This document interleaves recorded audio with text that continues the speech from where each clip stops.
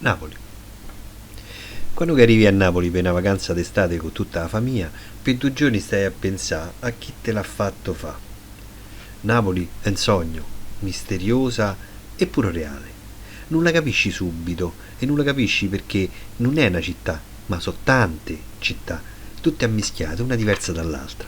Passi per Plebiscito, poi a Via Toledo, t'arrampichi per i quartieri spagnoli e te pare di aver visto già qualcosa, invece non hai visto che briciole. Ti aspetti una metropoli dotta a ecce homo, poi vieni a sapere che le stazioni della metro l'hanno fatte grandi architetti e Toledo te pia talmente che non vorresti manco uscire. Non hai visto quasi niente. Oh, non hai visto quasi niente pure perché poi vai a Forcella e sali a San Gregorio Armeno, la strada di Presepi e scopri non i colori come ti raccontano tutti, e manca la musica. Lì vedi l'anima che scancella lo spazio fisico e scopri che la stai a respirare dentro. Dopo 2 giorni a Napoli non te puoi fermare e cominci a più confidenza con tutte ste città così diverse tra loro. Posillipo, Chiaia, Mergellina, Rione Sanità, Ervomero, Campi Flegrei. Vai a Mare Chiaro e fai la scalinata. Vedi la finestra e piano piano cominci a capire che sei un pezzo di qualche cosa di unico, pure se capisci che ancora non te lo sai spiegare perché.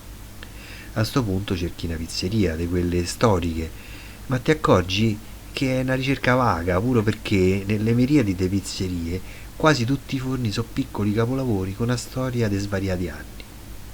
Buttando un occhio su un palazzo a caso, puoi notare sotto l'intonaco corsi de tufo posati secoli fa in maniera perfetta, una lezione di architettura gratis per tutti.